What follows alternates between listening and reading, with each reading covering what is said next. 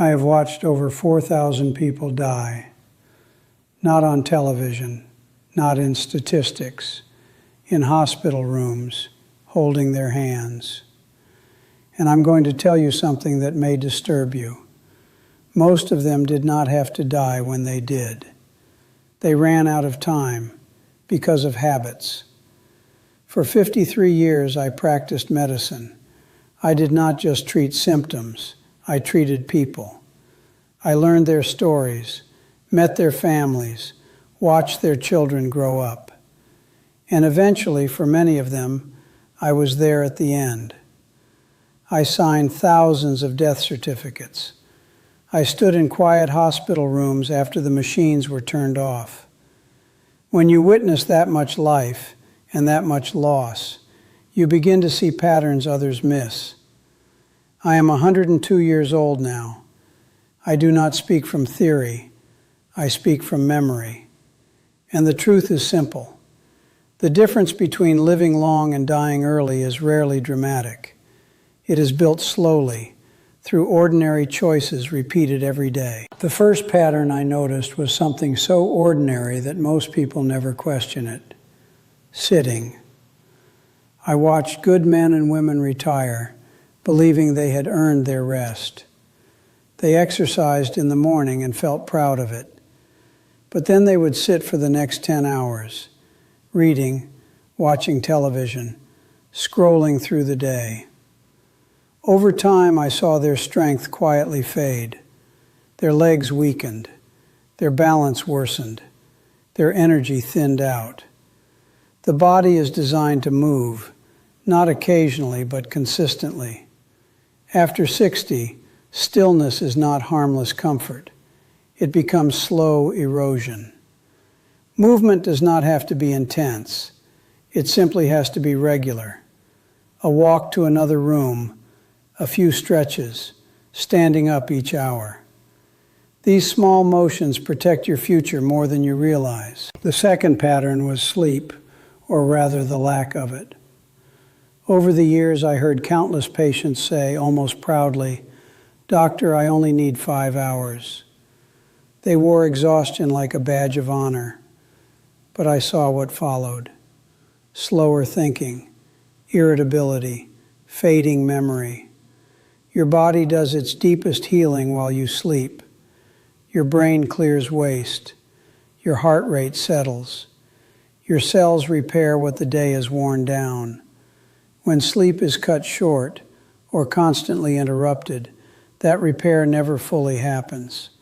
After 60, the body cannot compensate the way it once did.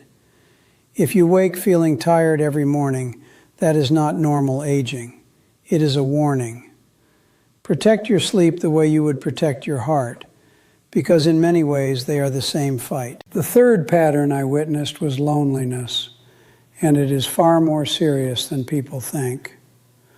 I had patients whose blood tests looked stable, whose hearts were strong enough, yet something inside them was quietly giving up. When I asked about their lives, the answer was often the same: I don't really see anyone anymore. After retirement, after children move away, after a spouse is gone, the days can become painfully quiet, and the body feels that silence. Loneliness raises stress hormones, weakens immunity, and drains motivation. I watched people with loving families live longer simply because they had someone to talk to. A weekly lunch, a phone call, a neighbor who checked in. Human connection is not emotional luxury. It is biological support. After 60, you must protect it deliberately. The fourth pattern was food, and this one pains me because many people were simply following advice they trusted. For years, we told patients to avoid fat and fill their plates with bread, cereal, and juice. They believed they were eating healthy. But after 60, the body changes. Metabolism slows. Insulin sensitivity weakens. Foods that once gave quick energy now cause inflammation and unstable blood sugar. I began seeing more fatigue, more weight gain around the abdomen, more early diabetes. It wasn't lack of discipline, it was outdated guidance. As we age, we need steady nourishment, real vegetables, quality protein, healthy fats, fewer processed carbohydrates. Food is not just fuel, it is information your body reads every day. And after 60, it reads it more carefully than ever. The fifth pattern was chronic worry. Not sudden tragedy, not crisis, just constant low-level anxiety humming in the background of a person's life. I met many patients who were financially stable, retired, surrounded by family, and yet they carried tension in their shoulders and fear in their thoughts every single day. The body does not distinguish between imagined danger and real danger. When you worry constantly, your stress hormones remain elevated. Your sleep becomes lighter. Your blood pressure creeps up. Your immune system weakens. Over years, that quiet tension becomes physical decline. I am not saying ignore responsibility. I am saying learn the difference between what you can change and what you cannot. Letting go is not surrender, it is protection. After 60, peace is not a luxury, it is medicine. Losing my wife was one of the hardest things I've ever experienced. We had been together for over 70 years, and when she passed, it felt like a part of me disappeared. But it wasn't just the emotional pain. I saw how her habits, her own lifestyle played a part in her final years.